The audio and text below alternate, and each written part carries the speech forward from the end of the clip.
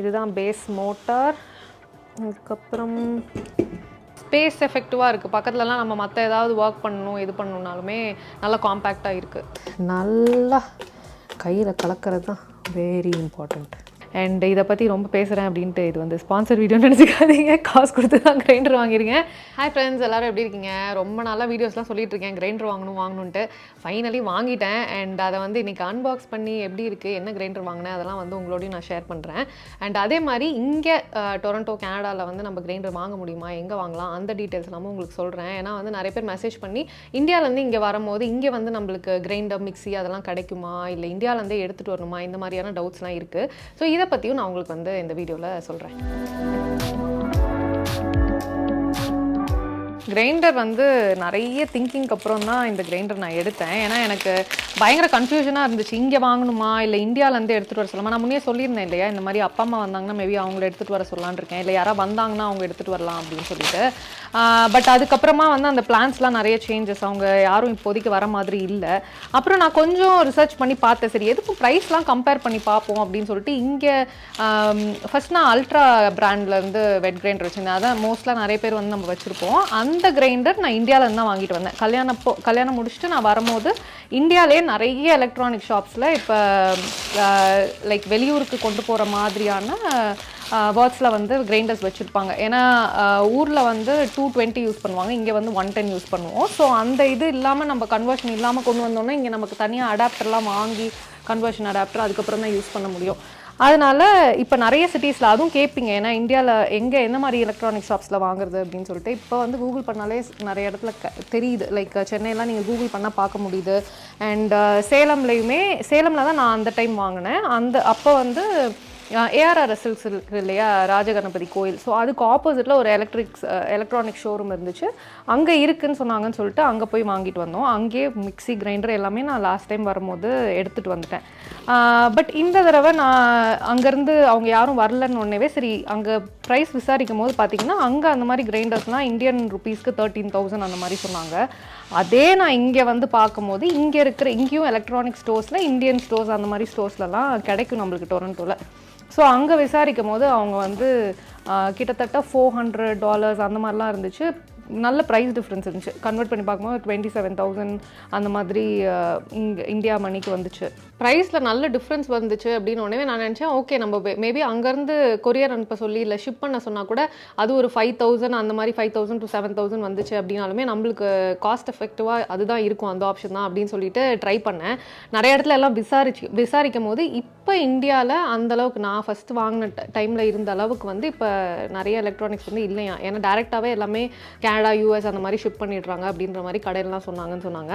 அப்படி இருந்த ஃபியூ மாடல்ஸ்லேயுமே வந்து நம்ம கொரியர் சார்ஜஸ் கேட்கும் போது நிறைய தான் சொன்னாங்க. லைக் 11,000 அந்த மாதிரி சொல்லியிருப்பாங்க போல இருக்குது 2-3 இடத்துல விசாரிக்கும் போது. சரி ஓகே, எதுக்கு அதுக்கப்புறம் இங்கே வந்து நம்ம இம்போர்ட் டியூட்டிலாம் கட்டணும், ஸோ எல்லாம் பார்க்கும்போது பெஸ்ட்டு நம்ம இங்கே வாங்கிடுறது தான் அப்படின்னு சொல்லிட்டு அதுக்கப்புறமா நான் இங்கே வாங்கிட்டேன்.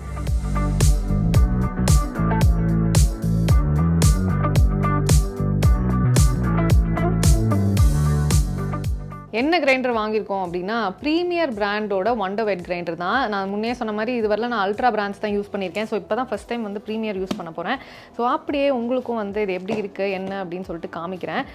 எங்கே ஷாப் பண்ணேன் அப்படின்னு சொல்லிடுறேன். இங்கே டொரண்டோவில் வந்து காலிங்கா பஜார் அப்படின்னு சொல்லி மிசிசாகாவில் ஒரு எலக்ட்ரானிக்ஸ் ஸ்டோர் இருக்காங்க, இந்தியன் ஸ்டோர் தான். ஸோ அவங்க தான் வந்து ஃப்ரெண்ட்ஸ் சொன்னாங்க, இங்கே கேட்கும் போது வந்து அங்கே ஒரு ஸ்டோர் சொன்னாங்க. அண்ட் அதே மாதிரி ஸ்காப்ரோவில் கம்ப்யூட்டர்ஸ்னு நினைக்கிறேன், டெக் எலக்ட்ரானிக்ஸ்னு நினைக்கிறேன். நான் என்னென்னு கரெக்டாக உங்களுக்கு விசாரித்து அந்த டீட்டெயில்ஸ் எல்லாமே வந்து நான் உங்களுக்கு டிஸ்கிரிப்ஷனில் போடுறேன்.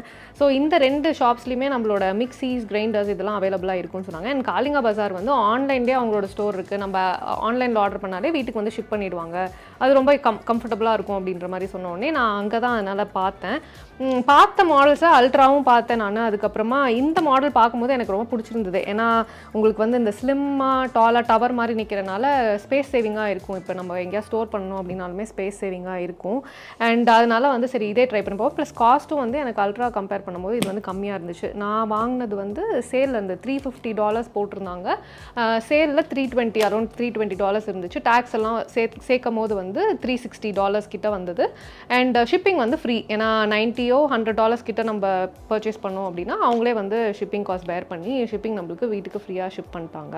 அண்ட் இதே சேம் கிரைண்டர் என் ஃப்ரெண்டும் யூஸ் பண்ணிருக்காங்க. ஸோ அவங்ககிட்டயும் கேட்டேன் நான் எப்படி இருக்குன்னு. அவங்க வந்து க்ரீன் சிக்னல் கொடுத்தோடனே ஓகே நம்ம இதே ஷாப் பண்ணிக்கலாம் அப்படின்னு சொல்லிட்டு இதே நான் வாங்கிட்டேன். இது இந்த 2 எலக்ட்ரானிக்ஸ் இல்லாமல் நீங்கள் அமேசானில் கூட பார்க்கலாம். அமேசான்லேயும் இருந்தது. நிறைய ஃப்ரெண்ட்ஸ் அந்த மாதிரி அமேசானில் போட்டு கூட வாங்குறாங்க. பட் அமேசானில் நீங்கள் ஷாப் பண்ணுறது எல்லாமே உங்களுக்கு யூஎஸ்ல இருந்து தான் கடையிலேருந்து நிறைய ஷிப் பண்ணுறாங்க. ஸோ உங்களுக்கு வந்து அங்கேயுமே இம்போர்ட் டியூட்டிஸ் அந்த மாதிரிலாம் வரதுக்கு சான்ஸ் இருக்குது. ஸோ ரொம்ப அதெல்லாம் யோசிக்க வேணாம், இங்கேயே ஈஸியாக இருக்குது அப்படின்னு சொல்லிட்டு நான் ஷாப் பண்ணிக்கிட்டேன். அண்ட் ஷிப்பிங்கும் வந்து பயங்கர ஃபாஸ்ட்டாக இருந்துச்சு. நான் லைக் ஆர்டர் பண்ணதுலேருந்து 2 டேஸ்க்குள்ளேயே கனடா போஸ்ட்லேயே வந்து ஷிப் பண்ணிட்டாங்க. ஸோ பயங்கர குயிக்காக வந்துருச்சு டெலிவரி. ஓகே, இப்போ நம்ம அப்படியே அன்பாக்ஸ் பண்ணுவோம். ஓகே, எடுத்தோடனே மேலே மூடி இருக்குது. அப்புறம் அவங்களோட கார்ட் டீட்டெயில்ஸ், ஏதோ ரிவார்ட்லாம் கொடுத்துருக்காங்க. ஓகே, அதெல்லாம் என்னென்னு அப்புறமா பார்ப்போம். கோகனட் இல்லை, இது வந்து பீலர், ஃப்ரீ கிஃப்ட் அப்படின்னு போட்டிருக்காங்க.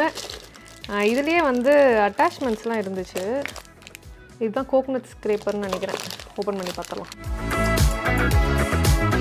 அல்ட்ராவில் உங்களுக்கு பெரிய இந்த மாதிரி அட்டாச்மெண்ட்ஸ்லாம் நான் இதுவரையில் பார்த்ததில்ல. எக்ஸ்ட்ரா தனியாக தான் வாங்கணும். இதில் வந்து கூடவே கோகனட் ஸ்க்ரேப்பரும் அந்த ஆட்டா நிடரும் இருந்துச்சு. ஸோ அதனால தான் இது இன்னொரு ரீசன் நான் இதை சூஸ் பண்ணதுக்கு. நல்லா பார்த்தீங்கன்னா ஒரு கவரோடு கொடுத்துருக்காங்க. அப்புறம் ஆட்டா நிடர், சப்பாத்தி எல்லாம் செய்கிறதுக்கு, மாவு செய்கிறதுக்கு மெஷரிங் கப், அப்புறம் ட்ரம். இது நான் எடுத்தது வந்து 1.5 லிட்டர்ஸ், கொஞ்சம் காம்பேக்டாக இருக்கட்டும் அப்படின்னு சொல்லி 1.5 லிட்டர்ஸ் தான் எடுத்தேன். முன்னே வச்சுருந்தது 2 லிட்டர்ஸ்.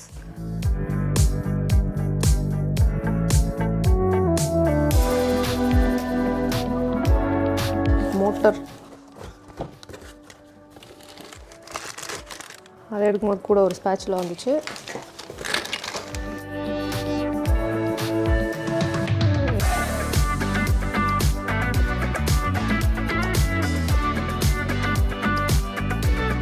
சாரி, ரொம்ப டைட்டாக பேக் ஆயிருந்துச்சு. அதனால் 2 பேர் சேர்ந்து இப்போ போய் எடுத்து வெளியே வச்சுருக்கோம். கூடவே வந்து ஒரு மேனுவலும் இருக்குது. ஸோ இதில் இப்போ பார்த்தாச்சு எப்படி ஃபிக்ஸ் பண்ணுறதுன்னு. அப்படியே நம்ம ஃபிக்ஸ் பண்ண ஆரம்பிப்போம். இதுதான் பேஸ் மோட்டார். அதுக்கப்புறம் இதை மேலே ஃபிக்ஸ் பண்ணிவிட்டு ஸ்டெயின்லெஸ் ஸ்டீல் ட்ரம்மு, அப்புறமா கல் வச்சுட்டு இந்த டாப் லாக் வந்து நல்லா ப்ரெஸ் பண்ணி டர்ன் பண்ணால் ஃபுல்லாக டர்ன் ஆகிற வரல போயிட்டே இருக்கேன். லாக் ஆகிடுச்சு. அண்ட் மேலே வந்து கவரும் இருக்குது. So ready. அண்ட் இது ஒன்று மட்டும் எக்ஸ்ட்ரா இருக்குது. நான் அப்புறமா அந்த மற்ற ஆப்ஷனல் இது இருக்குது இல்லையா, அட்டாச்மெண்ட். ஸோ அதோட தான் என்னன்னு சொல்லி பார்க்கணும். வேறு எதுவுமே ஃபிட் ஆகலை. மேனுவல்லையும் வந்து இது எங்கே வரும் அப்படின்னு சொல்லி எதுவுமே போடல. ஸோ இது எக்ஸ்ட்ரா பார்ட்டாக இல்லை அது எதுக்காவது யூஸ் ஆகுதா அப்படின்னு சொல்லிட்டு அதுக்கப்புறமா தான் செக் பண்ணி பார்க்கணும்.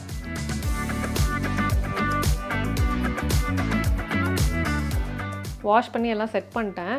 ஆல்ரெடி வந்து ஊற வச்சுட்டேன். உளுந்தும் அரிசியும் 1:4 ரேஷியோவில் ஊற வச்சுருக்கேன். கிட்டத்தட்ட 4-5 ஹவர்ஸாக ஊறிட்டுருக்கு. அண்ட் இந்த கப்பு தான் யூஸ் பண்ணேன். ஸோ எப்படி இருக்குன்னு பார்ப்பேன். யூஸ்வலாக இப்போ வந்துச்சு இல்லையா ஒரு கப்பு, அந்த மெஷரிங் கப்பில் தான் நான் 1:4 ரேஷியோவில் போடுவேன். இது வந்து 1.5 லிட்டர்ஸ் இருக்குது. இது வந்து அதோட பெரிய கப் தான். ஐ திங்க் இது வந்து அப்ராக்சிமேட்லி 240 ml பிடிக்கிற கப்பு. ஸோ இது ரிலேட்டிவ்லி அதை கம்பேர் பண்ணும்போது இது பெருசு. அதனால் இது ஃபுல்லாக இந்த அரிசி எல்லாமே இதில் பிடிக்குதா இன்றைக்கி நான் அரைச்சி பார்ப்போம். ஃபஸ்ட்டு கொஞ்சம் தண்ணி ஊற்றிட்டு ஸ்டார்ட் பண்ணுவோம்.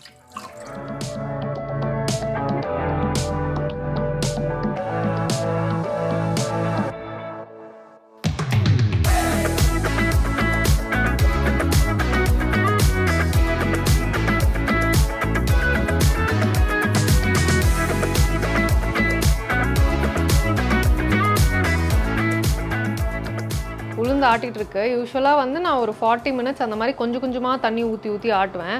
எனக்கு மாவு ஆட்டுறதுக்கு வந்து அத்தை தான் சொல்லி கொடுத்தாங்க, பிரவீன் அம்மா. ஏன்னா அவங்க இட்லி வந்து செம்ம சாஃப்டாக இருக்கும், சூப்பராக இருக்கும் அவங்க இட்லி. ஸோ அவங்ககிட்ட தான் கற்றுக்கிட்டேன் நான் எப்படி மாவு ஆட்டுறதுன்னு. அண்ட் 40 மினிட்ஸ்க்கு வந்து நல்லா ஆட்டினோன்னா நல்லா பொங்கி வரும் உளுந்து. ஸோ பார்க்கவே அது முடிஞ்சோடனே சூப்பராக இருக்கும். அதுக்குள்ளே நம்ம மற்ற வேலையெல்லாம் முடிச்சுக்கலாம். நான் இப்போ தான் போய் சாப்பிட போகிறேன். வானம் தூங்க வச்சிருக்கு. ஸோ இப்போ தான் போய் சாப்பிட போகிறேன். சாப்பிட்டு வந்து உளுந்து எடுப்போம். அண்ட் கிரைண்டருமே இப்போ ஃபஸ்ட் இம்ப்ரெஷன் எனக்கு ரொம்பவே பிடிச்சிருக்கு. நான் பயங்கர காம்பேக்டாக இருக்கு. நான் அந்த மாதிரி தான் ஒன்று வேணும் அப்படின்றனால இது எடுத்தேன். அங்கே டேபிள் டாப்லுமே பார்த்தீங்கன்னா மேலே அங்கே கிச்சன் கவுண்டரில் வச்ச உடனேவே அந்த டாலாக இருக்கிறதுனால வந்து நல்ல ஸ்பேஸ் எஃபெக்டிவாக இருக்குது. பக்கத்துலலாம் நம்ம மற்ற ஏதாவது ஒர்க் பண்ணணும் இது பண்ணணுன்னாலுமே நல்லா காம்பேக்டாக இருக்குது.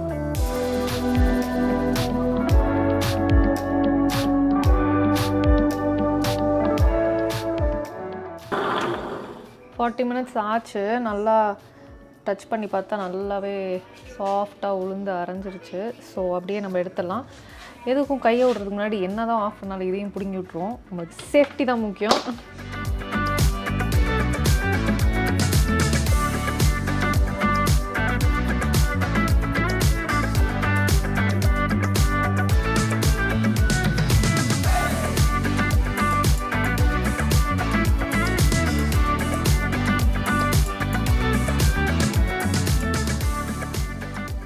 அரிசியை போட்டுருவோம்.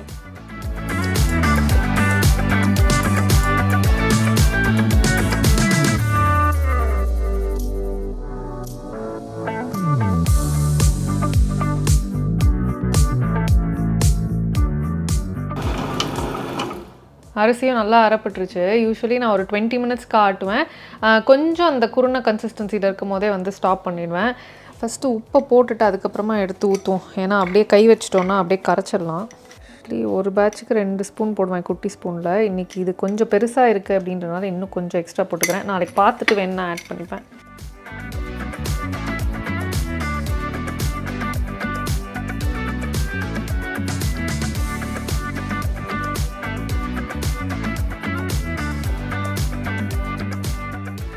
இந்த ட்ரம் வந்து குட்டியாக இருக்கிறனால, கெப்பாசிட்டி கம்மியாக இருக்கிறனால எனக்கு ஈஸியாக தூக்க முடியுது. ஒரு கையிலேயே அப்படியே தூக்கி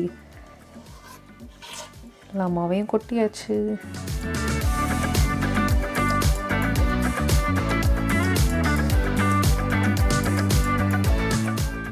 இன்னொரு இங்கே வெளியில் இருக்கும் போது லைக் வெளி கண்ட்ரீஸில் இருக்கும் போது காமனாக கேட்குற கொஷின், கோல்டாக இருக்கே உங்கள் ஊரில் மாவு புளிக்குமா அப்படின்றது. மாவு ஆக்சுவலி புளிச்சிரும், மோஸ்ட்டாக வந்து புளிச்சிரும். எனக்கு இதுவரையில் நான் அந்த மாதிரி ப்ராப்ளம்ஸ் எதுவும் ஃபேஸ் பண்ணதில்லை. அப்படி ரொம்ப வின்டராக இருக்கிற டைமில் என்ன பண்ணுவேன்னா, ஃபார் எக்ஸாம்பிள் இப்போ இங்கே லைட் இருக்குன்னா இந்த லைட் கடியில் வச்சுட்டு போயிடுவேன். இல்லைனா சின்ன இதாக வைக்கிறோன்னா மைக்ரோவேவ் இதுக்குள்ளே வச்சுட்டு நீங்கள் டோர் ஓப்பன் பண்ணி விட்டிங்கன்னா அந்த லைட் எரியும் இல்லையா, அந்த வார்ம்த்து இல்லை அவன் லைட்டு இந்த மாதிரிலாம் போட்டு நாங்கள் வந்து ட்ரை பண்ணுவோம் அந்த ஹீட்டுக்காக. அண்ட் இன்னொன்று காமனாக இப்போ பேசும்போது வந்து கேட்பாங்க எப்படி மாவு புளிக்கிறது. இப்போ ஃப்ரெண்ட்ஸ்குள்ளேயே நாங்கள் பேசிக்கும் போது சம்டைம்ஸ் பேசும்போது என்ன சொல்லுவாங்கன்னா, கையில் கரைக்காமல் ஸ்பூனில் கரைக்கிறேன் அப்படின்னு சொல்லுவாங்க. புளிக்கலை அப்படின்னு சொல்லி என்னென்னு சொல்லி கேட்கும் போது பார்த்தா அது சொல்லுவாங்க. அதுவும் வந்து பண்ணக்கூடாது. ஸ்பூனில் கரைச்சா மாவு வந்து புளிக்காது. ஏன்னா நம்ம கையில் கரைச்சாதான் நம்ம கையில் இருக்க அந்த வார்ம்த் அண்ட் ஃப்ளோரெல்லாம் போய் ஆக்ட் பண்ணி நம்மளுக்கு அந்த மாவு வந்து நல்லா ஃபர்மெண்ட் ஆகி அதை புளிச்சு வந்து நம்மளுக்கு நல்லா பொங்கி வரும். ஸோ அதனால் நல்லா கையில் கலக்கிறது தான் வெரி இம்பார்ட்டண்ட். நல்லாவே மிக்ஸ் பண்ணிக்கணும். அதுவும் நான்லாம் ரொம்ப நேரம் மிக்ஸ் பண்ணிக்கிட்டு இருப்பேன். அண்ட் உப்பும் வந்து இப்போயே போட்டுருவேன். ஏன்னா நம்ம நல்லா பொங்கி வந்ததுக்கப்புறம் நான் ரொம்ப மிக்ஸ் பண்ண மாட்டேன். சும்மா லைட்டாக அப்படியே கலக்கிட்டு இட்லி ஊற்றிடுவோம் ஃபஸ்ட்டு மாவை. ஸோ அது வந்து சூப்பராக வரும், நல்லா சாஃப்டாக.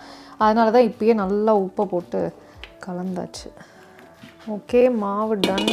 அப்படியே மூடி வச்சுருவோம். நான் இன்றைக்கி அப்படியே அடுப்பு மேலேயே வைக்க போகிறேன். மேபி லைட்டு இருக்கட்டும். லைட்டோடு வச்சுட்டேன்னா மார்னிங் பிரேக்ஃபாஸ்ட் வான்காக தான் மெயினாக கிரைண்டர் வாங்கி இட்லி செஞ்சு கொடுக்கணும் அப்படின்றதுக்காக வாங்கினேன். ஸோ ஆன் பிரேக்ஃபாஸ்ட்டே வந்து நாளைக்கு இட்லி கொடுத்துடலாம். ஏன்னா இப்போயே வந்து நைட் 12 ஆயிடுச்சு. ஸோ காலையிலக்குள்ளே புளிச்சிரும் அப்படின்னு நினைக்கிறேன். அதனால தான் லைட்டோடையே அப்படியே விட போகிறேன் நான். ஸோ அவ்வளோதாங்க, நம்ம புது கிரைண்டர் பார்த்தாச்சு, மாவாட்டுறதையும் பார்த்தாச்சு. க்ளீனிங் மட்டும் கொஞ்சம் இது ட்ரிக்கியாக இருக்கும்னு நினைக்கிறேன். ஏன்னா யூஸ்வலி நம்ம அல்ட்ரா இதில் பார்த்தீங்கன்னா உங்களுக்கு வெறும் ட்ரம் இருக்கும், கல் அப்படியே வச்சு எடுத்து ஈஸியாக வாஷ் பண்ணி க்ளீன் பண்ணுற மாதிரி இருக்கும். பட் இதில் வந்து நடுவில் ஒரு ஸ்டெயின்லெஸ் ஸ்டீல் கம்பி மாதிரி மோட்டர்லேருந்து வருது, அதுக்கப்புறமா சுற்றி வந்து ஒரு பிளாஸ்டிக் இது மாதிரி இருக்குது அந்த ட்ரம்மில். ஸோ அதுக்குள்ளெல்லாம் மாவு போச்சுன்னா உங்களுக்கு க்ளீன் பண்ணுறது கொஞ்சம் சேலஞ்சிங்காக இருக்கலாம். பட் இப்போ நான் க்ளீன் பண்ணும்போது என்ன நோட்டீஸ் பண்ணேன்னா, நீங்கள் மாவை ஆட்டின உடனே காய விடாமல் அப்படியே கையோட கழுவிட்டா வந்து ஈஸியாக இருக்குது வாஷ் பண்ணுறதுக்கு. அந்த ரன்னிங் வாட்டரில் அப்படியே எல்லாமே வந்துடுது. அண்ட் அதே மாதிரி உங்களுக்கு வேணும்னா ஏதாவது ப்ரஷ் மாதிரி வச்சுக்கிட்டீங்க உள்ளே இது பண்ணுறதுக்குன்னா கொஞ்சம் ஈஸியாக இருக்கும். ஸோ அது ஒன்று மட்டும் கொஞ்சம் மேபி க்ளீன் பண்ணுறது கொஞ்சம் வந்து கஷ்டமாக இருக்கலாம். மற்றபடி வந்து கிரைண்டர் சூப்பராக இருக்குது அண்ட் மாவும் நல்லா சூப்பராக ஆட்டிடுச்சு, நல்லா காம்பேக்டாகவும் இருக்குது. ஸோ இந்த பர்ச்சேஸில் நான் ரொம்ப ஹாப்பியாக இருக்கேன். அண்ட் இதை பற்றி ரொம்ப பேசுகிறேன் அப்படின்ட்டு இது வந்து ஸ்பான்சர் வீடியோன்னு நினச்சிக்காதீங்க, காசு கொடுத்து தான் கிரைண்டர் வாங்கியிருக்கேன். ஸ்டோர் பற்றியும் எனக்கு வந்து முன்னாடி தெரியாது. இது நானாக வந்து தேடி பர்சனல் யூஸ்க்காக வாங்கின கிரைண்டர் தான். அதை உங்களோடையும் ஷேர் பண்ணணும்னு நினச்சேன், எப்படி வாங்குறதுன்ற டீட்டெயில்ஸையும் ஷேர் பண்ணணும்னு நினச்சேன். ஸோ ஹோப்ஃபுல்லி இந்த வீடியோ வந்து உங்களுக்கு யூஸ்ஃபுல்லாக இருக்கும்னு நினைக்கிறேன். நீங்கள் அதுவும் கனடாவில் இருக்கீங்க, டொரண்டோவில் இருக்கீங்க அப்படின்னா வீடியோ பிடிச்சிருந்தா லைக் பண்ணுங்கள், எதாவது ஃபீட்பேக்ஸ் இருந்துச்சுன்னா கமெண்ட் பண்ணுங்கள் அண்ட் மறக்காமல் சேனல் சப்ஸ்கிரைப் பண்ணிடுங்க. தேங்க்யூ, பாய்.